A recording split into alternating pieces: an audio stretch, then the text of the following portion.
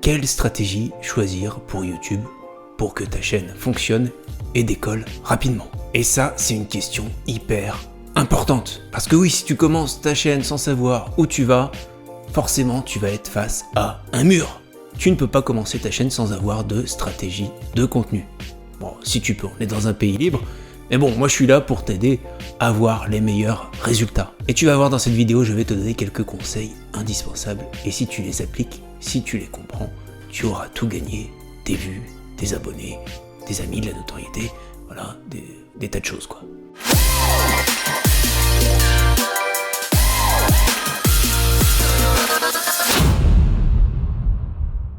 Bonjour les amis, je suis Julien de la chaîne RTW Digital Content et sur cette chaîne, je t'aide à développer ta chaîne YouTube. Alors si tu veux cartonner sur YouTube, bah tu sais ce qu'il te reste à faire, abonne-toi et active la cloche pour ne rien manquer. On va parler stratégie aujourd'hui, mais tu trouveras également plein de conseils pour développer ta chaîne dans mon guide Débuter et booster sa chaîne YouTube. Je te mets le lien dans le descriptif et tu pourras le télécharger complètement gratuitement. Alors tu as plusieurs stratégies intéressantes que tu peux utiliser sur YouTube. Dans cette vidéo, je vais t'en donner 3. Évidemment, c'est la dernière la plus efficace, mais bah oui, parce que il y a un mais, sinon ce serait trop facile. Alors regarde bien toute la vidéo pour faire le bon choix, mais soyons clairs, voilà, pour avoir des résultats rapidement, moi je te conseille d'utiliser les 3 stratégies en même temps. Première stratégie, et ça marche du feu de Dieu, les tendances. Alors, attention avec le terme tendance, là je suis pas en train de te parler de la page d'accueil YouTube avec les tendances, voilà, ça c'est autre chose, c'est un peu plus complexe. Si j'utilise le terme tendance, c'est parce que c'est Google qui utilise ce terme en anglais, hein, trend.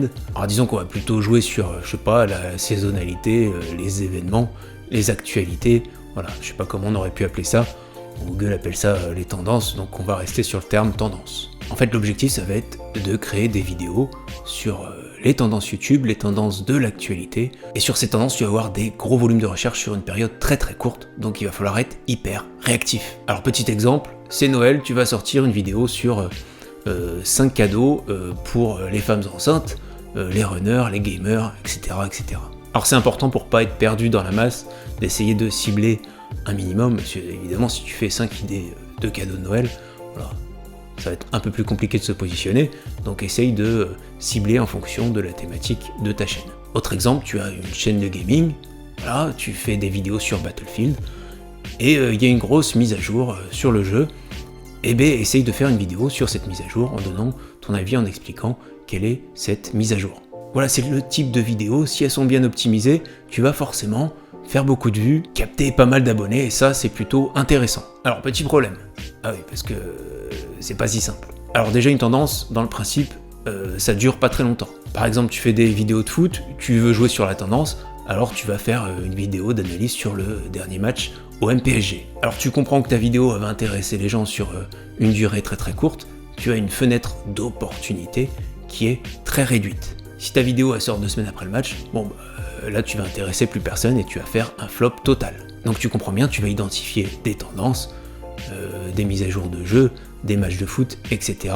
Et là tu vas devoir être hyper réactif et devoir sortir la vidéo, j'ai envie de dire presque dans la journée. C'est le premier qui sortira sa vidéo qui captera le plus de vues et le plus d'abonnés. Bon, ok, il y a aussi une histoire de notoriété, mais tu vas quand même capter pas mal de vues. La notoriété, je développe ça assez bien dans mon guide, hein, le lien dans le descriptif. Alors je te donne un autre exemple, c'est la stratégie que j'utilise le plus souvent sur ma chaîne de running. Alors quand on sort une vidéo sur une petite course du bled, voilà, on sait qu'on a le temps, il n'y a pas des gros volumes de recherche derrière, voilà, il n'y a pas besoin de se presser. Et quand tu sors une vidéo sur le marathon de Paris, tu sais que le lendemain, il va y avoir un gros volume de recherche, donc tu as plutôt intérêt à te grouiller. Tout le problème de cette stratégie, en tout cas si tu l'utilises seul, c'est que tu vas faire beaucoup de vues et beaucoup d'abonnements en une durée très courte, et ta vidéo va très vite mourir, ou en tout cas tu vas faire beaucoup moins de vues après. Donc oui, si tu mises tout sur cette stratégie, tu vas avoir une évolution en dents de scie, et ta chaîne va évoluer très lentement. Allez, maintenant on passe à la deuxième et à la troisième stratégie. Oui, je vais t'en parler en même temps et tu vas comprendre pourquoi. C'est les recherches et les suggestions YouTube. Alors c'est pas vraiment des stratégies en fait, c'est plutôt des canaux de diffusion, c'est les moyens qu'utilise YouTube pour montrer tes vidéos. La recherche YouTube, c'est simplement quand tu vas taper un mot-clé dans la barre de recherche YouTube et YouTube va te proposer des vidéos. Par contre, les suggestions, c'est YouTube qui va te proposer des vidéos sur le côté de la vidéo que tu es en train de regarder, et ça, c'est super efficace. Alors, je vais te montrer une petite étude de la chaîne Morning Fame sur 3000 chaînes YouTube, parce que je la trouve vraiment très intéressante.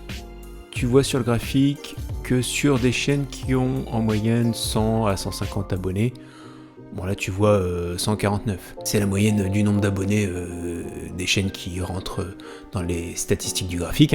Et ben les vidéos sont en grande majorité diffusées sur le canal recherche YouTube, YouTube Search, c'est recherche YouTube en anglais. Et les suggestions, c'est quasi rien, en tout cas pas grand chose. Sur les chaînes d'environ 600 abonnés, là, les suggestions commencent à tourner un peu plus. Et maintenant, je te montre le troisième graphique. Et ici, tu vois que pour les chaînes qui ont environ 10 000 abonnés, c'est carrément la page d'accueil et les suggestions qui font tourner complètement ces chaînes. Alors pourquoi ? C'est encore une histoire de notoriété. YouTube sait que s'il propose une vidéo d'une chaîne qui tourne bien, voilà, c'est un gage de qualité. Il sait qu'il va certainement avoir beaucoup plus de rétention sur la plateforme, sur YouTube. Et donc, meilleure rétention sur YouTube, il va caser plus de pubs et forcément gagner plus d'argent. Oui, YouTube c'est une entreprise, ils sont là pour gagner de l'argent. Et donc quand tu as compris ça, les amis, il n'y a plus de questions à se poser, on sait ce qu'il faut faire. Alors on est d'accord, les suggestions YouTube, c'est bien connu, c'est ce qui fait exploser ta chaîne. Mais là tu comprends qu'avec moins de 1000 abonnés, ça va être compliqué. En tout cas, tu seras beaucoup moins dans les suggestions YouTube, et donc tu vas avoir un peu plus de difficultés à faire péter tes stats. Attention, j'ai pas dit que c'était impossible, j'ai dit que l'impact sera beaucoup moins important. Alors quand tu débutes, et ça c'est un conseil, t'épuises pas à essayer d'apparaître dans les suggestions, de toute façon ça va être un petit peu compliqué. Ta meilleure option, c'est les recherches YouTube et les tendances. Alors pareil, je te parle de tendances, mais utiliser les tendances, ça revient à essayer d'utiliser la stratégie de suggestion YouTube. Alors qu'est-ce qu'il me raconte celui-là ? Alors je répète, j'ai pas dit qu'il fallait pas utiliser les suggestions YouTube. J'ai juste dit que si tu fais une vidéo sur une tendance, avec une chaîne de 100 abonnés et une autre chaîne de 5000 abonnés, forcément la chaîne de 5000 abonnés va beaucoup plus performer sur les suggestions YouTube. Et ça veut pas dire que tu vas pas capter beaucoup de vues et beaucoup d'abonnés, mais ça restera à l'échelle de ta chaîne. Donc quand tu débutes sur YouTube, mise sur les recherches. Tu peux également utiliser les tendances, mais sois le plus réactif possible. Les tendances, ça va t'apporter des gros pics d'abonnements, alors que la stratégie de recherche, là, c'est une stratégie un peu plus sur le long terme. Voilà, tu vas avoir des abonnés sur une longue période, et ça peut durer plusieurs années. Donc la recherche, c'est une stratégie un peu plus pérenne, et si tu associes les deux, là, tu vas avoir un cocktail explosif. Tiens, d'ailleurs, dis-moi en commentaire quelle stratégie toi tu utilises pour développer ta chaîne YouTube, et éventuellement, est-ce que je t'ai convaincu pour changer de stratégie. Je vais faire pas mal de contenu sur comment positionner ces vidéos dans les recherches YouTube, alors reste connecté.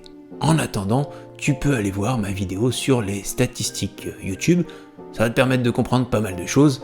On se retrouve tout de suite après, à tout de suite.